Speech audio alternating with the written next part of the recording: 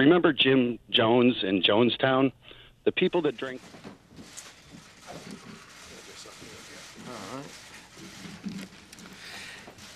Good morning. I want to thank Director Coates for being here.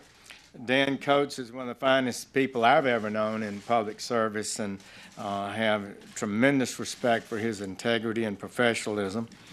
Together, we lead the National Insider Threat Task Force that was established in 2011. This task force has an important role to play and one we are taking seriously. Progress has been made, and we intend to reach new levels of effectiveness. First, let me say that I strongly agree with the President and condemn in the strongest terms the staggering number of leaks undermining the ability of our government to protect this country. Just yesterday, we saw reports in the media about conversations the President had with foreign leaders. No one is entitled to surreptitiously fight to advance battles in the media by revealing sensitive government information. No government can be effective when its leaders cannot discuss sensitive matters in confidence or talk freely in confidence with foreign leaders. We're here today to talk about the dramatic growth in the number of unauthorized disclosures of classified national security information in the past several months. This includes leaks to both the media and, in some cases, even unauthorized disclosures to our foreign adversaries. Referrals for investigations of classified leaks to the Department of Justice from our intelligence agencies have exploded. In the first 6 months of this administration, the Department of Justice has already received nearly as many criminal referrals involving unauthorized disclosures of classified information as we received in the previous 3 years combined.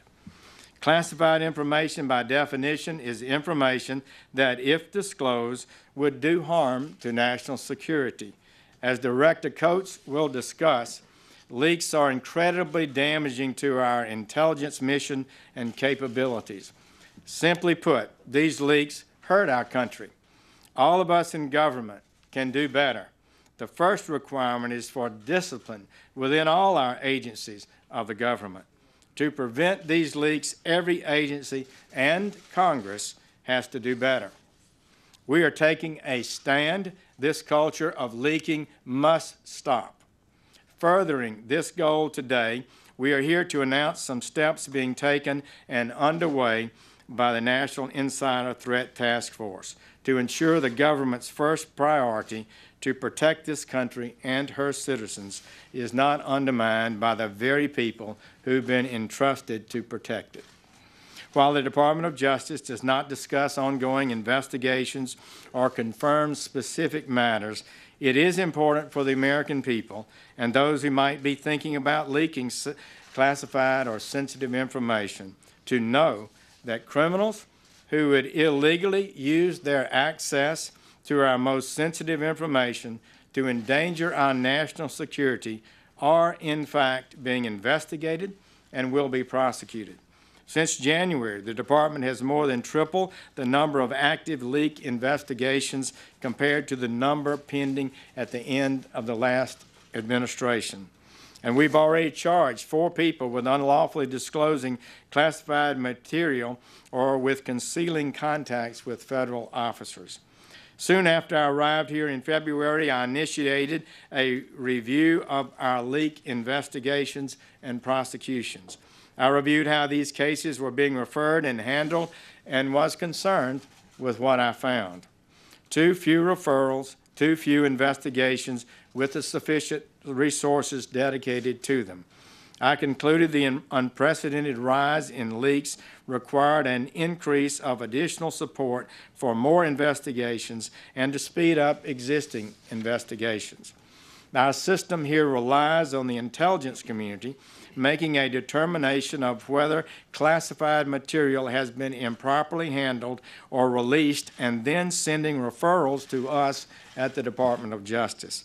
This means it's vital for the intelligence community to know that the Department of Justice is committed to investigating in prosecuting these referrals. And when few investigations take place, criminal leaks may occur more often, and a culture of leaking can take hold. So today, I have this message for our friends in the intelligence community. The Department of Justice is open for business, and I have this warning for would-be leakers: don't do it. For the past several months, we've already made changes and are seriously ramping up our efforts. First, I directed my fine deputy, Attorney General Rod Rosenstein, whose district in Maryland encompasses NSA headquarters and who has personally led investigations of this kind, and the investigator, FBI Director Christopher Wray, to oversee all classified leak investigations, actively monitor the progress of each and every case. Secondly, I directed the National Security Division of the Department of Justice and our U.S. attorneys to prioritize cases involving unauthorized disclosures. The department will not hesitate to bring lawful and appropriate criminal charges against those who would abuse the public trust. Third, as I have said, we tripled the number of active leak investigations. In response, the FBI has increased resources devoted to leak cases and created a new counterintelligence unit to manage these cases. Simultaneously, this department is reviewing policies that impact leak investigations. And I've listened to our career investigators, FBI agents and others, and our prosecutors about how to most successfully investigate and prosecute these matters. At their suggestion, one of the things we are doing is reviewing policies affecting media subpoenas. We respect the important role that the press plays and will give them respect, but it is not unlimited. They cannot place lives at risk with impunity. We must balance the press's role with protecting our national security and the lives of those who serve in the intelligence community, the armed forces, and all law-abiding Americans. Finally, here is what I want to tell every American today. This nation must end this culture of leaks. We will investigate and seek to bring criminals to justice. We will not allow rogue anonymous sources with security clearances to sell out our country. These cases to investigate and prosecute are never easy, but cases will be made and leakers will be held accountable. All of us in government and in every agency in Congress must do better. The first requirement is personal discipline. Education and repetition within our departments and agencies will make a difference. Prevention is what is required. An investigation of a leak is too late, really. The damage is done. Thank you all, and I would now recognize our Director of National Intelligence, Dan Coats. Good morning, Mr. Attorney General. Thank you very much for your leadership in inviting me to join you here today and working with you on the task force. You and I have served together in the United States Senate. We serve together now in the Trump administration. And today we stand together to address an issue which both of us strongly believe needs to be addressed using the authorities of our respective agencies. Over the past few months, I have had the privilege of working with the dedicated men and women of the intelligence community. I have seen firsthand the work that they do tirelessly and without fanfare to protect our country. I stand here today as their leader to express our grave concern that unauthorized disclosures of classified material and damaging our mission and jeopardizing the safety and security of the American public. In the last several years, the U.S. intelligence community has experienced some of the worst compromises of classified information in our nation's history. Those disclosures have been disseminated to both the media and to our foreign adversaries. Let me be absolutely clear this morning. These disclosures have resulted in a major threat to our national security. They endanger the men and women of the intelligence community, the armed services, and those who serve overseas. They give our adversaries knowledge of our activities. They impede our ability to share information with our allies.